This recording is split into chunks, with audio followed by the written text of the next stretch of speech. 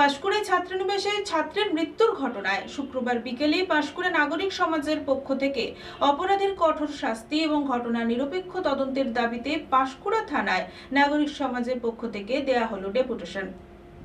শুক্রবার বিকেলে পাঁশকুড়া নাগরিক সমাজের পক্ষ থেকে উত্তর মেচগ্রাম বসন্ত আবাস শিক্ষা সদনের বিনাপানি গুরুকুল ছাত্রীনিবাসে ছাত্রীর অস্বাভাবিক মৃত্যুর নিরপেক্ষ তদন্ত এবং অপরাধীদের কঠোর শাস্তির দাবিতে পাঁশকুড়া থানায় ডেপুটেশন দেওয়া হয়।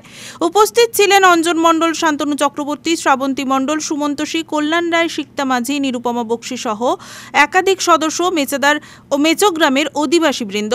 প্যানেল বাজার থেকে শুরু করে পুরাতন বাজারে মিছিল সহকারে থানায় ডেপুটেশন দেওয়া হয়। পাঁশকুড়া নাগরিক সমাজের পক্ষে শ্রাবন্তী মণ্ডল জানিয়েছেন, অস্বাভাবিক মৃত্যুর নিরপেক্ষ তদন্তের দাবিতে পাঁশকুড়া নাগরিক সমাজ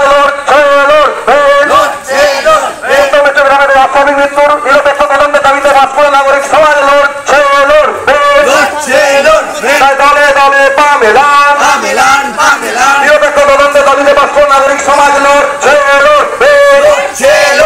অবিলম্বে দোষীদের কঠোর শাস্তির দাবিতে পাঁশকুড়া নাগরিক সমাজ উত্তর মেচগ্রামে ঘটে যাওয়া অস্বাভাবিক মৃত্যুর প্রতিবাদে পাঁশকুড়া নাগরিক সমাজ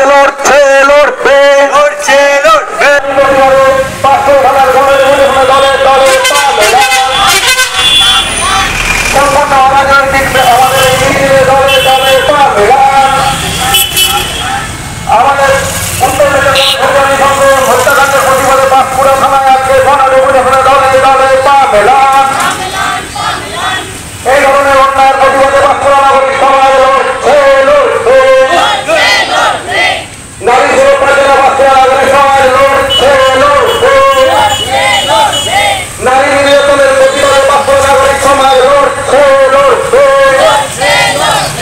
রহস্যজনকভাবে মৃত্যু হয় গত 28 জুলাই। আপনারা শুনলেন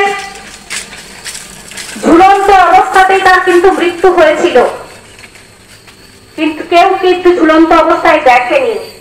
একমাত্র ওই স্কুলের কর্তৃপক্ষই জানেন কিভাবে হয়েছে, এবং সঙ্গে সঙ্গে পুলিশ প্রশাসনকে তারা কিন্তু জানায়নি, হসপিটালে নিয়ে যায় ওই অবস্থায়। ফলে সমস্ত ঘটনা এবং তার কপালে একটি চিহ্ন দেখা দিয়েছে। রঞ্জন মাইতির রিপোর্ট, খবর BCBS।